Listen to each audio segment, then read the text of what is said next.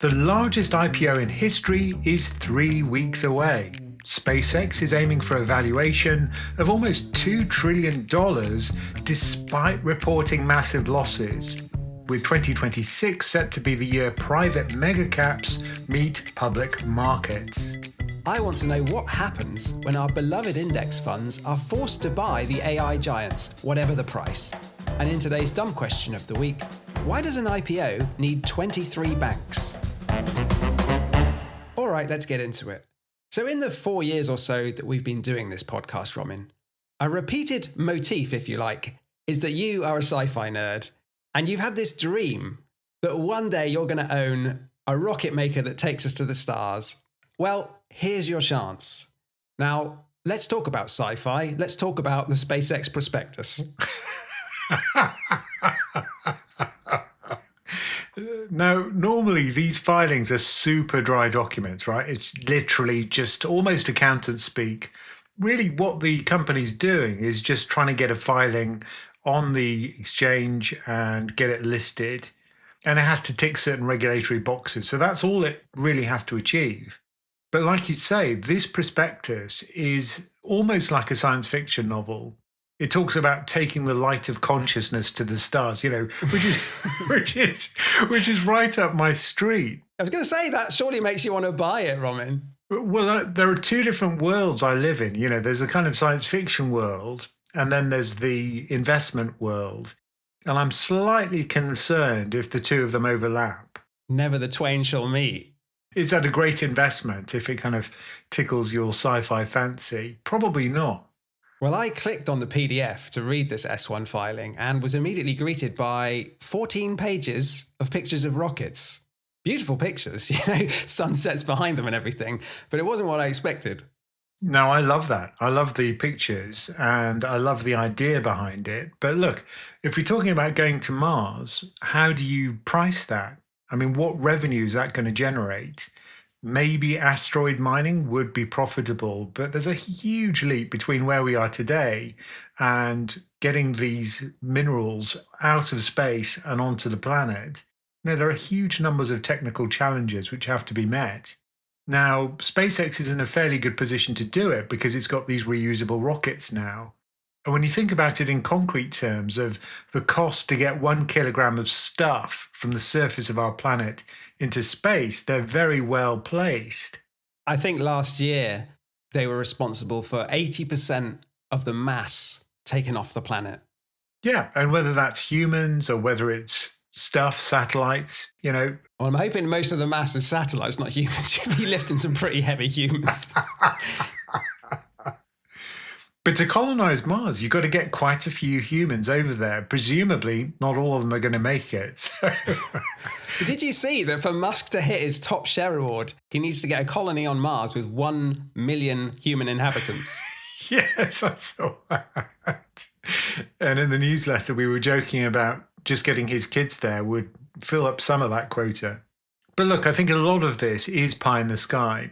The idea about having data centers in space, I'm not convinced that's a really great idea. Okay, the energy and cooling are solvable because of that. But is that going to generate a huge new source of revenue? I'd say no.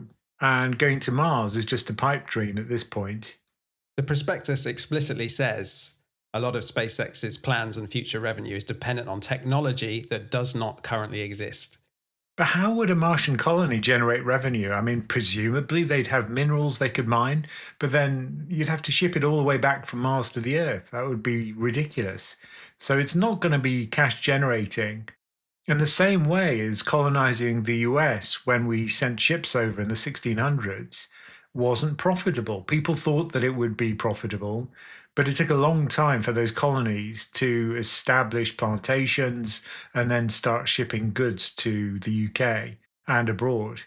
I'd say in the long run, though, colonizing America paid off. Mars could be similar.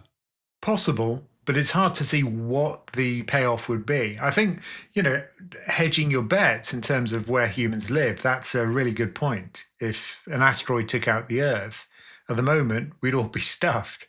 But if we did have the Martian colony, then at least we'd have that hedge. But is that going to translate into pounds and pence? No. Plus, you'd have to live alongside Elon Musk and all his kids on a dusty red planet. But anyway, Romin, stop right there. We have fallen into the trap of this prospectus. We've looked at all those rocket pictures and are looking at this as a rocket company. That is probably a mistake. So this company, SpaceX, is kind of three different businesses bolted together. You've got the rocket company, which is an engineering marvel, but not profitable. You've got the satellite company, which is running Starlink. It's got 10,000 odd satellites orbiting the Earth, delivering internet all over the planet. That is profitable and is arguably a great business. And then the third component, which was kind of bolted on in February when SpaceX was forced to absorb xAI, Elon Musk's artificial intelligence venture. Now, which of those is important? Well, they're selling it really on the basis of the rocket company. But the revenue is coming from the satellite business. But the valuation, the huge multiple, is coming from the AI business. Now, you always have to question where capital's coming from, because if it comes from a bank or if it comes from the corporate bond market, you have to satisfy certain criteria. So, for example, in the bond market, there'd be covenants which would restrict what the money could be spent on. If it was a bank loan, the bank has to do due diligence because it can't lend out its capital without being careful about whether the loan can be repaid. Compare that with equity capital, and it's pretty much no holds barred. You can do pretty much anything you want to do with the capital as long as it stands some hope of being profitable in future. Well, typically prospectuses will pledge some sort of use of funds. How binding that is, I'm not sure. This is the problem. Once the money's through the door, there aren't any covenants, I don't believe. So the money can be spent on whatever you want. So if we look at the reasons why they've gone for this, I think one of them is that if you're not hugely profitable, then it could constrain how you can issue the capital. It may have been that SpaceX thought, well, there are too many constraints to do bank loans or to issue corporate bonds. So let's raise capital via equity. And if the multiple, which is what people usually look at when they look at the fundamental value of something, if we compare it to sales, which is the top line, remember, before you subtract all the costs, it's on a more than 90 times multiple as it stands for SpaceX, which is very, very expensive. Yeah, that's if you look back at last year's revenue, which is way above even things which are priced richly right now. So Nvidia is trading at something like 25 times trailing 12-month sales. And of course, the other reason why you'd go to the equity market is that there's huge excitement around what's going on, both in space, but also to do with AI. So people are willing to pay more dollars for every dollar of profit or turnover that you generate. So that means that the euphoria can be monetized by the company, which is getting capital through the door at really reduced levels. I think Elon Musk is doing something really clever, which is that he's had a few businesses which have not got off on the right footing. So he bought Twitter, he changed the name to X, couldn't really find a way to make money. He started an AI company, late, arguably, spent a huge amount of money, and obviously can't turn a profit. He's rolled them both into SpaceX and is now taking it to the public markets. I guess, if you were to put it cynically, hoping that retail investors will bail him out. He's basically saying, if you want to buy SpaceX, that amazing rocket satellite company, then you've got to take the rest of this stuff as well. Maybe what he would say, though, is that these businesses, which look like very different things, actually will all work together nicely in the future. We'll have the rockets taking up the satellites, building the data centers, powering these AI systems. Like it's going to be the most vertically integrated, literally, into the atmosphere, vertically integrated company the world has ever seen. Possible, but I think some of those links are a bit tenuous. And if I was being cynical, which I often am, then I'd say that this is actually just a way of creating exit liquidity for the private equity investors. It's a little bit unfair because the private capital that went into these has massively profited from the rise in the price of the companies themselves. And then on the way out, we're having to be the bag holders. We're providing the exit liquidity for these private investors. To make the bull case, though, SpaceX's revenue is still growing very fast. It was up something like 33% last year. And if you look at the filing, they anticipate that growth to continue. As we said, the core driver of profits at the moment is Starlink. And that is really growing fast in terms of users it's acquiring. However, the average revenue per user is falling over time, and quite significantly. Perhaps that's because they're pushing into markets where they just have to charge lower prices. Or perhaps it's that they're sacrificing some revenue to just try and scale and dominate this market early on. Yeah, I was surprised to look at the numbers. I just got numbers for February of 2026, and apparently they have 10 million subscribers for Starlink right now. I guess if you had the choice between physical links, and I've finally got my fiber to the premises link for our house, which we're speaking on right now, and it's just brilliant. It's so much faster for uploads. The high fidelity on your face today is making me happy. I'm not sure that would make anyone happy. But I think the choice, if you had the choice, would be to go for fiber to the premises. It's just more reliable. And you don't have the lag of transmitting data up into space and then back down to the planet, which is constrained by the speed of light. I guess SpaceX is making a big bet that that will change, though, that people will move over to satellite-delivered internet en masse over time. And it's interesting, maybe the most eye-catching number in that whole prospectus is the total addressable market that they believe the company has. Now, for non-finance nerds, this is basically you add up every piece of potential revenue that is out there in the future, and you put a number on it, and you say, wow, look how big our company's going to become because we've got all these potential users in the future. Now, SpaceX is claiming the biggest addressable market in human history at almost $30 trillion. However, $26.5 trillion of that comes from the AI businesses. And they are throwing money at trying to scale it. So if you look at the CapEx spending, like all AI businesses, it's off the charts. So they spent more than $20 billion last year, with the lion's share going on AI infrastructure. Now, Grok hasn't been a huge success, I think it's fair to say, as an AI app. However, the infrastructure which the company SpaceX could lend out to other companies, lease out, that could be quite valuable. And certainly Anthropic, which has been very constrained in its compute capacity, I know that from bitter experience. It often fails at just the time when I need it most, when I've got a video deadline. Yeah, mid-podcast. No, what's the sales revenue? Come on, Claude. So Anthropic's going to be paying $15 billion a year to lease out compute from SpaceX, and it can cancel that with 90 days notice. So maybe that'll be the business model. You know, they'll have too much compute. Maybe some of it will be space-based if some of the servers in space work, and that'll be a source of revenue in the future. But it is a big gamble, I think. It certainly looks like a long road to profitability for the company as a whole. And one thing that we're forgetting is that if you do have more efficient compute for these models, because at the moment the ethos has been very much, we'll just throw more computing power at it. The other alternative is to have super efficient chips which encode a lot of these calculations in hardware, or have more efficient models which don't require such heavy compute. If we moved over to that, if there was a huge innovation in that space, then a lot of this computing power would suddenly become redundant. At least the immediate need for it would be redundant. So that's a big business risk to a lot of this revenue stream.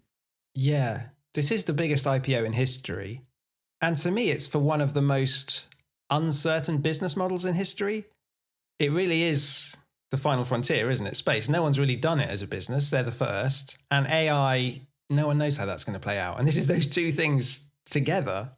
But looking at the history of IPOs, large ones, there was a nice bit of research in May this year from Motley Fool where they looked at the 10 biggest IPOs. And 7 of those 10 underperformed the S&P 500 since they did their IPO. 6 of them by more than 100 percentage points. So I'm thinking about Alibaba, Meta, Uber, Snap, Lyft, Rivian. You know, the list is quite long. Yeah, I think if you're looking for a strategy that has massive underperformance, it's hard to find a worse one than investing in newly listed companies. There are some ETFs that track this, and invariably they underperform the broad market. Because I think Companies go to market when they're going to get a rich price. That's the whole point. And they know more about their business than you do.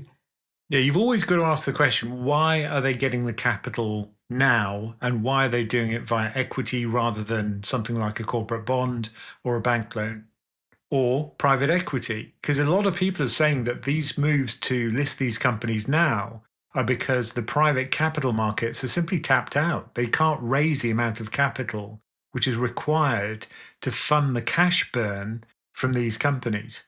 I think that's probably true. You have to go public at some point.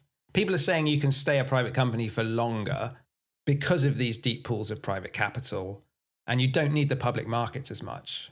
And perhaps it is true that companies are staying private longer and getting bigger as private companies before they list. But eventually, I think you still have to get to the public market. But this IPO is a slightly strange one. The amount of the business they're listing, the so-called free float, is absolutely tiny for such a massive company. So currently it's less than 5%. There will be future tranches and those will be released to the market later on, apparently. But that is truly exceptional. Personally, I'd really question whether I'd invest in any company which had such little free float. Why is it a problem that such few shares are going to be publicly traded? I think one of the issues is to do with liquidity. So if you've got a fairly limited free float, then there's also a question of control. If voting shares only make up 5% of the total market cap, then even though investors have a say in how the companies run, that's going to be fairly limited. And there are further issues with that in the case of SpaceX, which is that you've got two share classes. Yeah, it's not the only company to have a dual class share structure, but it is quite an egregious example. So the Class A shares, which will be bought by you and I, work on the basis of one share, one vote. The Class B shares, owned by Mr. Musk, will give him 10 votes per share. And if you do the maths, Elon Musk will probably control around 80% of the voting rights after the IPO, despite owning less than 40% of the company. Now, we've seen things like this in the past with Zuckerberg at Facebook, but this is perhaps even more extreme because Musk can only be removed from his role as chair and CEO by a majority vote of the Class B shareholders. So effectively, Musk would have to vote to remove himself. But these Class A shares will be bought, and they probably will be bought by you and I, Romin, if not directly, then through our index funds. Now, there's quite a lot of controversy floating around out there because of the unusual nature of SpaceX and the small free float and the fact it's a controlled company with Musk wielding nearly all the voting power.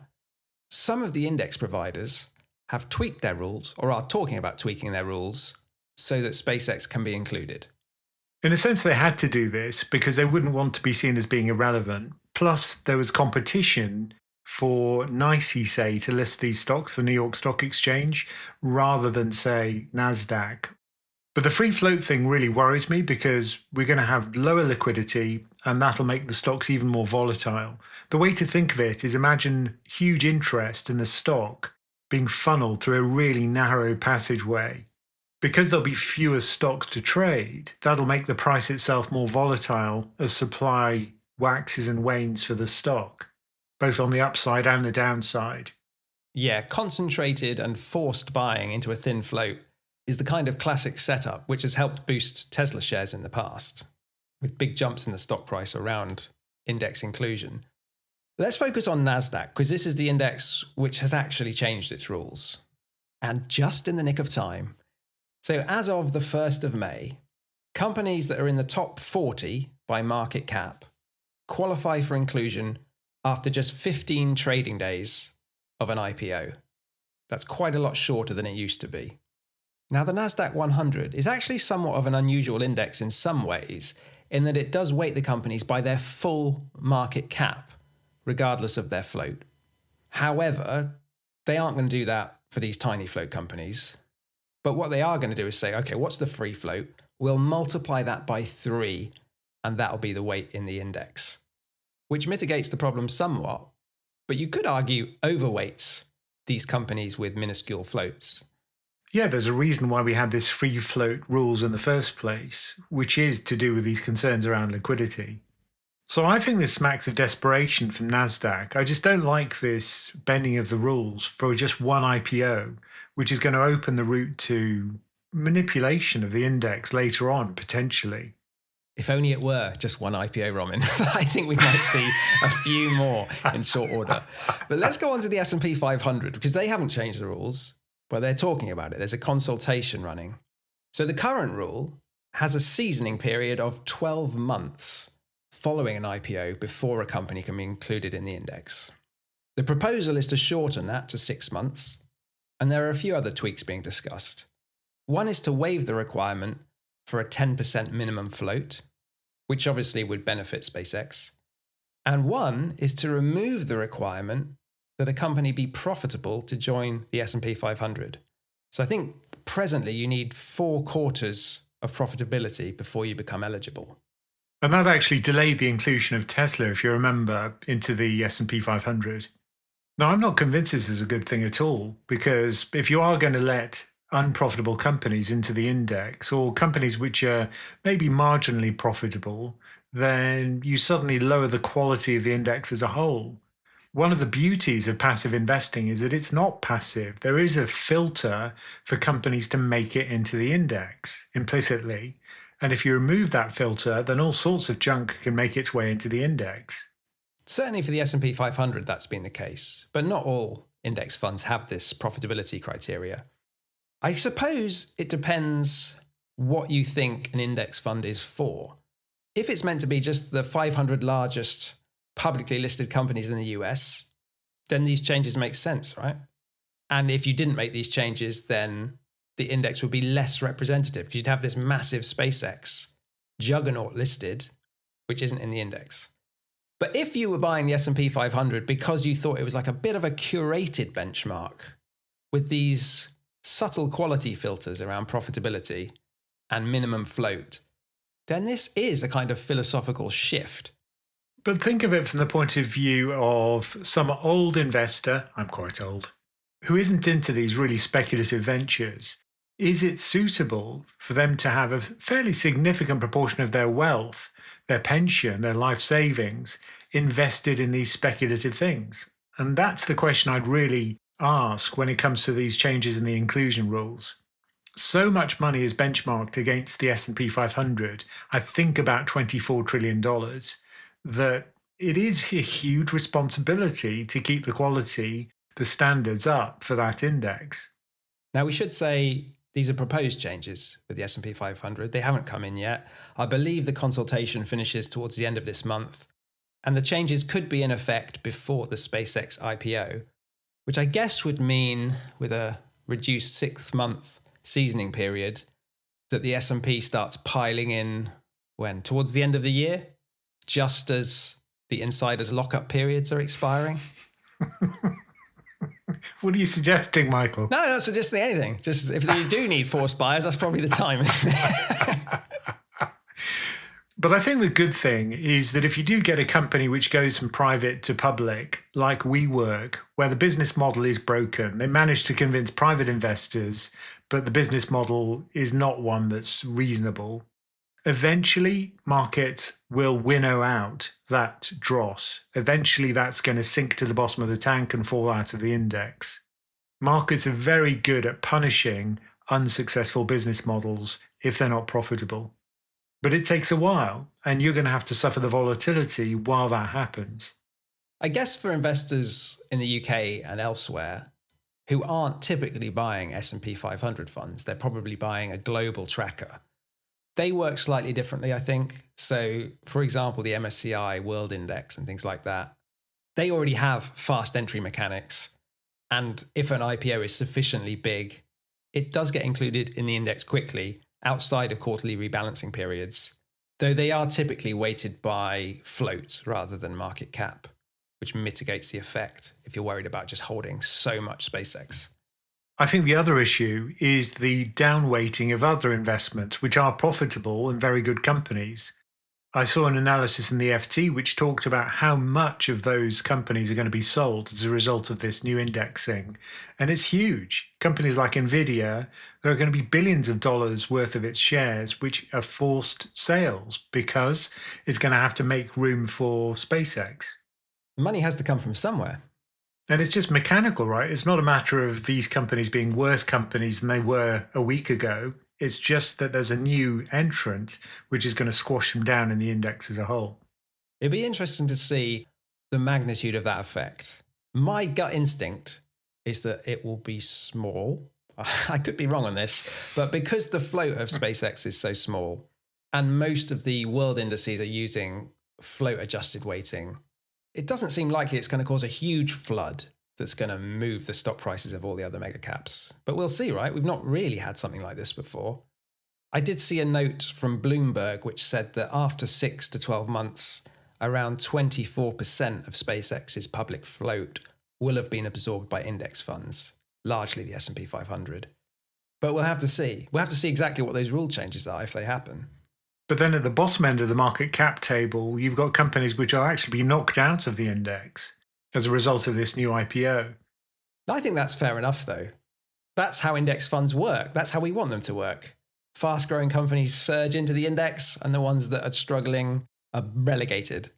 Yeah, I'm not convinced that some of those companies deserve to be relegated. But look, you're right. I think eventually this is going to sort itself out. If the company's not profitable, it'll slide down the league table of market cap. If it is, it'll drag the whole index up and we'll all benefit from it. In terms of SpaceX specifically, I won't be buying it like directly. There's too much uncertainty there. I think it'll probably go the path of Tesla and all of Musk's other businesses where they evolve what they actually are over time. And how can you really map that out and put a value on it? But I certainly wouldn't be shorting it either. Like I could quite easily see a massive pop after the IPO. But in terms of index investors, I have seen some people in the PensionCraft community and elsewhere thinking about, should I switch up my portfolio to try and mitigate this effect and the potential dislocation around the IPO of SpaceX and then OpenAI and Anthropic? Is it worth going for some kind of index where it excludes new IPOs altogether for a period of time? These products do exist. They're a little bit niche. There are other ways you could do this. I mean, for example, you could go for a value tilt. You could go for equal weighted US indices where this new inclusion won't make a huge difference.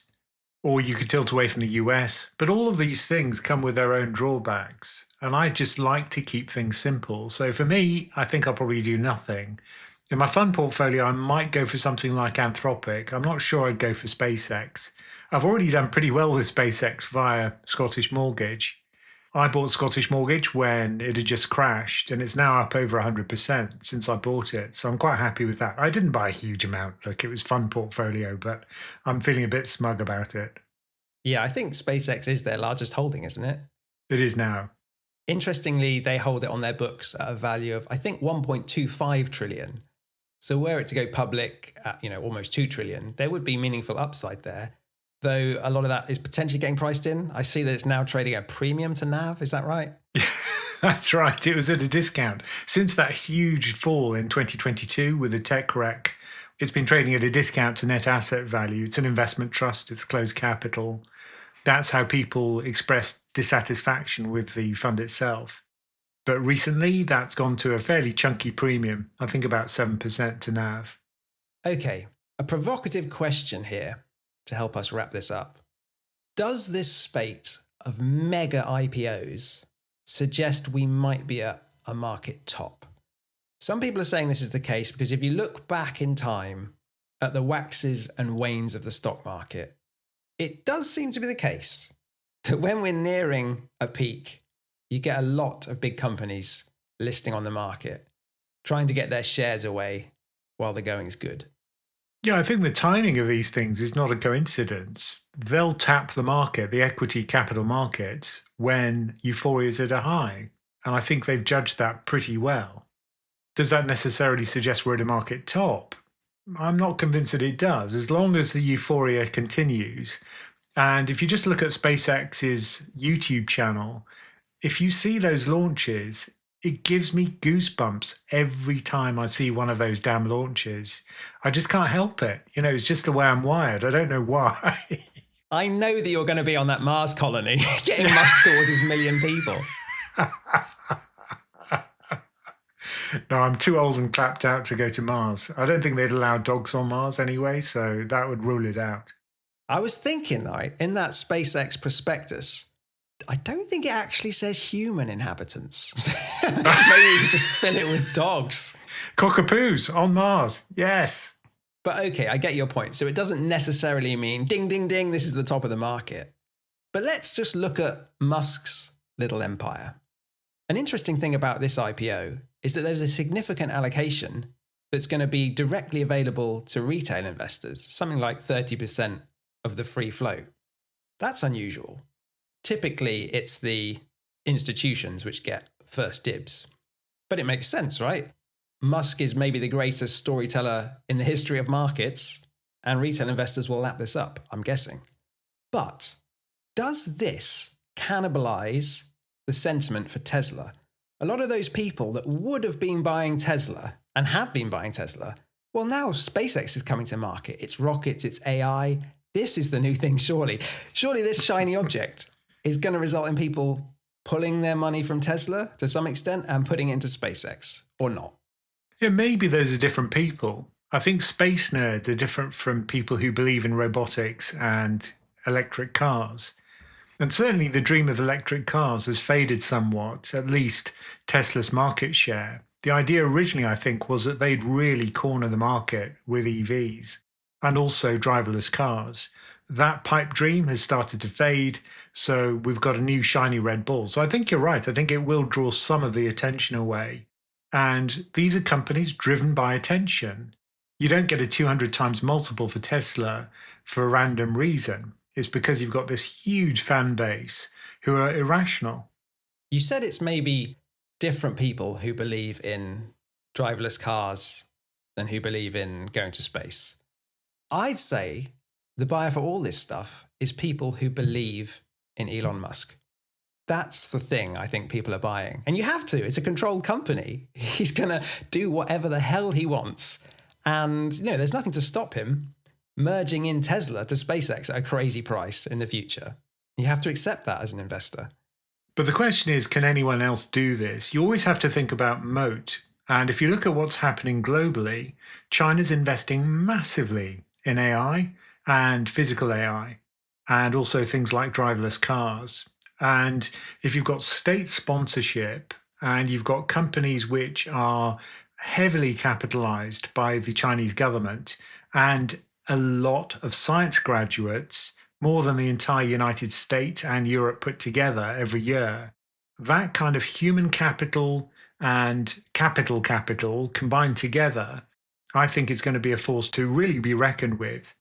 For example, with cars, you've now got cars created by BYD, which could charge potentially in 5 minutes, which massively changes the game and puts Tesla way behind. And I suspect that in space, we might see a similar thing if China turns its focus there. So if Elon Musk were the only person able to do this, yeah, I think a bet on Elon Musk would be a good one. But that's not the case. You saying you don't believe in the Cybertruck? Has been a flop. But interestingly, if you read through the SpaceX filing, you solve the mystery of who's been buying all the Cybertrucks. They're now on SpaceX's books. Now, if you, like me, get carried away with these narratives about space and AI, and you want a counterweight with sage opinions and more reasoned thought, then join our community. Just go to pensioncraft.com/membership. Okay, today's dumb question of the week.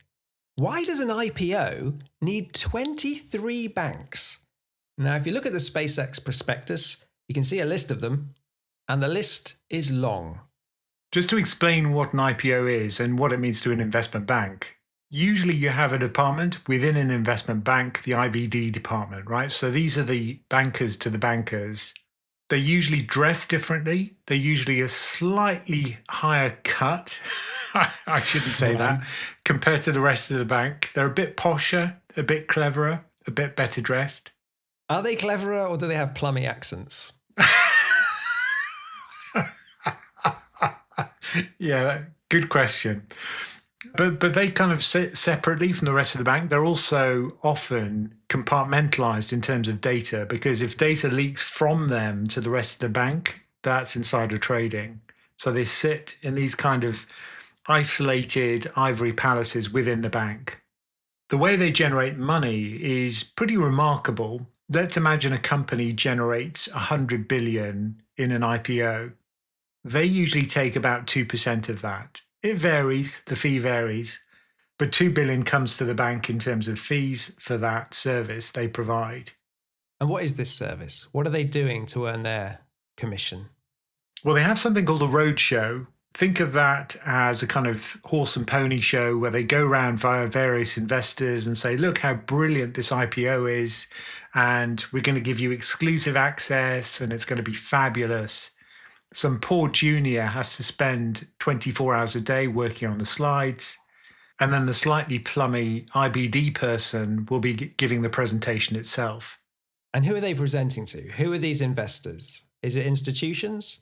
Yeah, usually people with capital. So think about capitalism. The idea is you take capital from people who've got it and you give it to people who need it. And the bank kind of sits in the middle and scoops off that fee.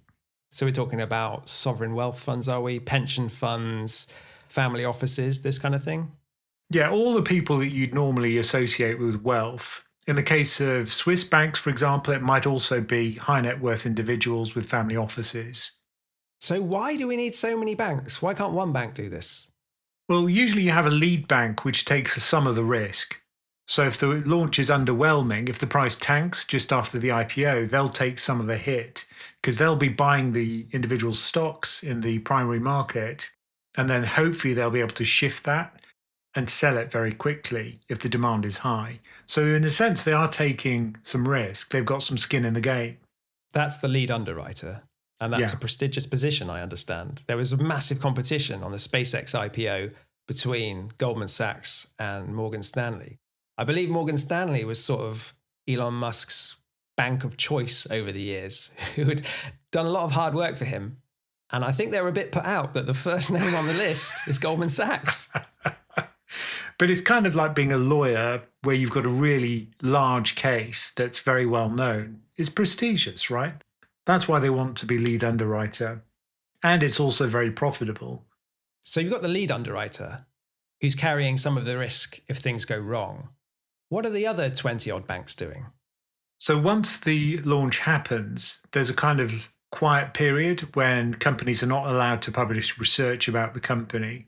But the minute it gets included in an index, you want analyst coverage for that company and you want it to be favorable. Although, of course, it wouldn't be swayed in any way by the fact that the bank was one of the underwriters. No, that would never happen, and we will not suggest that is happening. What does seem to be on the record, though, is that all the banks that are working on the SpaceX IPO have committed to pretty substantial corporate subscriptions to Grok and are integrating it in their operations. I wonder if anyone will actually use it. And of course, if you are a company which is able to help distribute the shares, well, all the better. So, for example, UBS is one of those banks, and I think they've got 2 trillions worth of high net worth client money, and they can help sell the shares to that group of people.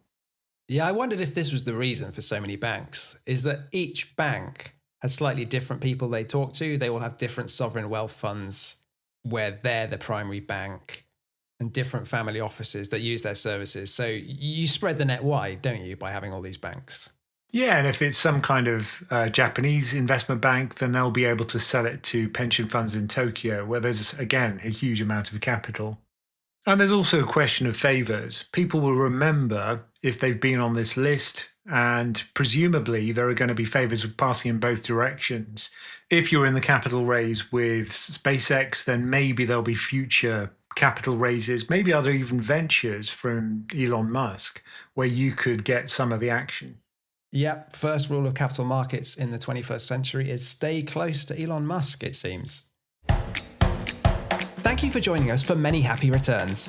Keep sending us your questions, no matter how dumb, at mhr@pensioncraft.com. And do remember to check out PensionCraft.com for all the information about our membership, courses, and investment coaching options. Many Happy Returns is a PensionCraft production, co-hosted and executive produced by Romin Nakiza and Michael Pugh. This podcast is for informational and entertainment purposes and is not financial advice. We do not provide recommendations or endorse any decision to buy, sell, or hold any security. We cannot be held responsible for any actions listeners may take, and investors are encouraged to seek independent financial advice.